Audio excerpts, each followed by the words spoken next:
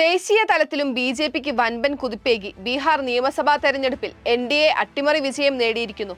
തങ്ങളില്ലാതെ ബീഹാറിൽ തൽക്കാലം ഒരു മുന്നണിക്കും ഭാവിയില്ലെന്ന് സഖ്യങ്ങൾക്കെല്ലാം മുന്നറിയിപ്പ് നൽകാൻ ജെ.ഡി.യു നേതാവ് നിതീഷ് കുമാറിന് സാധിച്ചു.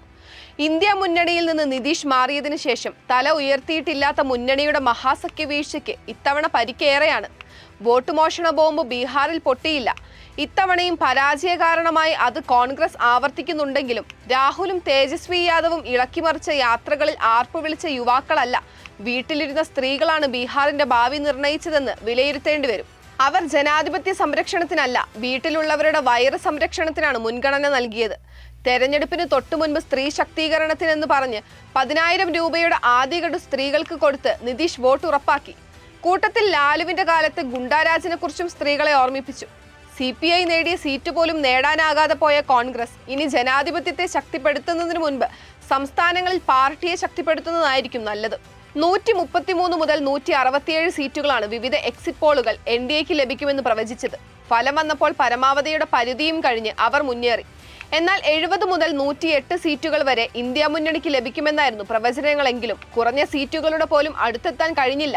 മത്സരിച്ചതിന്റെ 10-1 സീറ്റുകളാണ് കോൺഗ്രസ് വിജയിച്ചത്. ബീഹാറിൽ NDA അല്ല, തെരഞ്ഞെടുപ്പ് കമ്മീഷനാണ് വിജയിച്ചതെന്ന് പറഞ്ഞ് കോൺഗ്രസ് നേതാക്കൾ രംഗത്തെത്തിയിട്ടുണ്ട്. ബീഹാറിലെ തീവ്ര വോട്ടർ പട്ടിക പരിഷ്കരണങ്ങൾക്കെതിരെ പ്രതിപക്ഷം അട്ടിമറി ആരോപണങ്ങൾ ഉന്നയിച്ചിരുന്നു. വോട്ടെടുപ്പിന് തൊട്ടു മുൻപ് ഹരിയാനയിൽ 2024 25 ലക്ഷം വോട്ട് മോഷണം നടത്തിയാണ് BJP അധികാരത്തിലെത്തിയതെന്ന് ആരോപിച്ച് രാഹുൽ ഗാന്ധി പത്രസമ്മേളനം നടത്തുകയും ചെയ്തു. ബീഹാറിലെ വോട്ടർ പട്ടികയിൽ ഇല്ലാത്ത വിലാസത്തിലോ വ്യാജ വിലാസത്തിലോ രജിസ്റ്റർ ചെയ്ത 1.32 കോടി വോട്ടർമാരെ കഴിഞ്ഞ ദിവസം റിപ്പോർട്ടേഴ്സ് കളക്റ്റീവ് കണ്ടെത്തിയിരുന്നു. കരട് വോട്ടർ പട്ടികയിലെ ക്രമക്കേടുകൾ അന്തിമ വോട്ടർ പട്ടികയിലും പരിഹരിച്ചില്ലെന്ന ആരോപണവും നിലനിൽക്കുകയാണ്.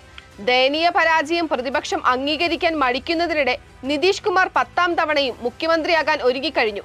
പലതവണ NDA ഇന്ത്യ മുന്നണികളിൽ കളം മാറി ചവിട്ടി ഭാഗ്യം പരീക്ഷിച്ച നിതീഷ് അധികാര രാഷ്ട്രീയത്തിന്റെ ചാണക്യനായി. അതിദാരിദ്ര്യവും തൊഴിലില്ലായ്മയും അനുഭവിക്കുന്ന മനുഷ്യർ ജനാധിപത്യത്തിനോ ദുരിതങ്ങളുടെ അടിസ്ഥാന കാരണങ്ങൾക്കോ അല്ല, താൽക്കാലിക ആശ്വാസങ്ങൾക്കാണ് മുൻഗണന നൽകുന്നതെന്ന് ബീഹാർ തെളിയിച്ചു. കേരളം ഉൾപ്പെടെയുള്ള സംസ്ഥാനങ്ങളിൽ കൂലിപ്പണിക്ക് പോയിരിക്കുന്ന ബീഹാറിലെ പുരുഷന്മാർ സാമ്പത്തിക പിന്നാക്കാവസ്ഥയുടെ അടയാളമാണ്. അവരിൽ പലരും വോട്ട് ചെയ്യാൻ പോലും നാട്ടിലെത്തിയില്ല. പലരും വോട്ടർ പട്ടികയിൽ നിന്ന് പുറത്തായി. പുരുഷന്മാരെക്കാൾ 8% അധികം സ്ത്രീകളാണ് ബൂത്തുകളിൽ എത്തിയത്. അവർക്കുള്ളത് നിതീഷ് കൊടുക്കുകയും ചെയ്തു. മുഖ്യമന്ത്രി മഹിളാ റോസ്ഗാർ യോജന പരിപാടിയിലൂടെ 75 ലക്ഷം സ്ത്രീകളുടെ ബാങ്ക് അക്കൗണ്ടിലേക്ക് 10,000 രൂപ വീതം 7,500 കോടി രൂപ. RJDയിൽ നിന്ന് സീറ്റുകൾ പിടിച്ചു വാങ്ങി മത്സരിച്ചതും നിർണായക തെരഞ്ഞെടുപ്പായിട്ട് പോലും RJDക്കെതിരെ സൗഹൃദ മത്സരത്തിനിറങ്ങിയതും പാർട്ടിയിലെ തമ്മിലടിയുമൊക്കെ കോൺഗ്രസിനെ നശിപ്പിച്ചു.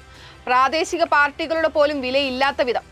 മുസ്ലിം യാദവ് അച്ചുതണ്ടിൽ കറങ്ങിക്കൊണ്ടിരിക്കുന്ന RJD നേതാവ് തേജസ്വി യാദവിനും തിരിച്ചടിയാണ് ലഭിച്ചത്.